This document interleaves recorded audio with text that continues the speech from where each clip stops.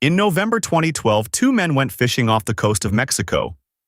They planned to be gone for 2 days. One of them came back 14 months later, on the other side of the Pacific Ocean. His name was Jose Salvador Alvarenga. He was an experienced fisherman. He knew the water. He took a small open boat, about 7 meters long, no cabin, no shelter, no roof. Remember that detail. It matters more than anything else in this story. A storm hit on the first night. The engine died. The radio died with it.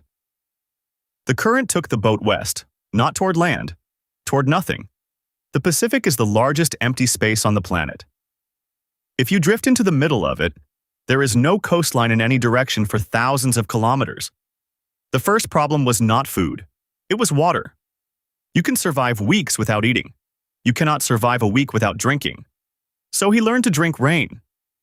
When there was no rain, he drank turtle blood. When there were no turtles, he drank his own urine. The second problem was the sun. No roof, no shade, nothing between his skin and the sky.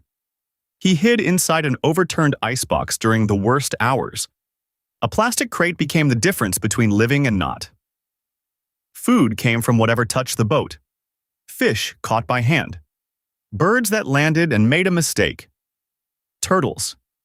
He ate over 100 of them. He would grab them by the shell as they passed. His companion was a young man named Ezekiel. He could not do it. He refused the raw birds. He refused the turtle blood.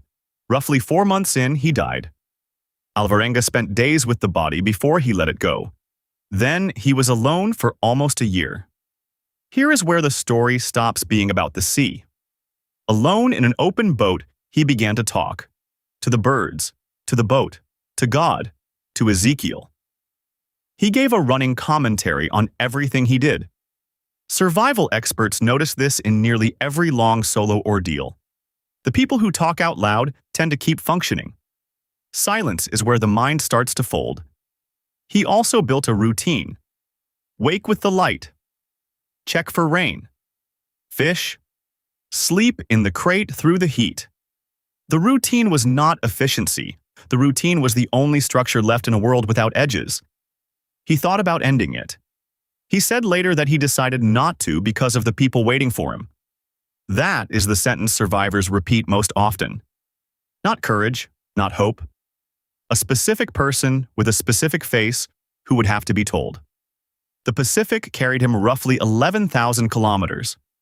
More than a year of drifting, west with the current. Then, in January 2014, he saw green. The Marshall Islands. A small atoll called Eben. He swam ashore, half his body weight gone, unable to stand properly. 2 residents found a bearded stranger in his underwear, shouting in Spanish. The first reaction was not celebration. It was doubt. 14 months? Alone? Across the entire Pacific? Journalists called it impossible. So people checked.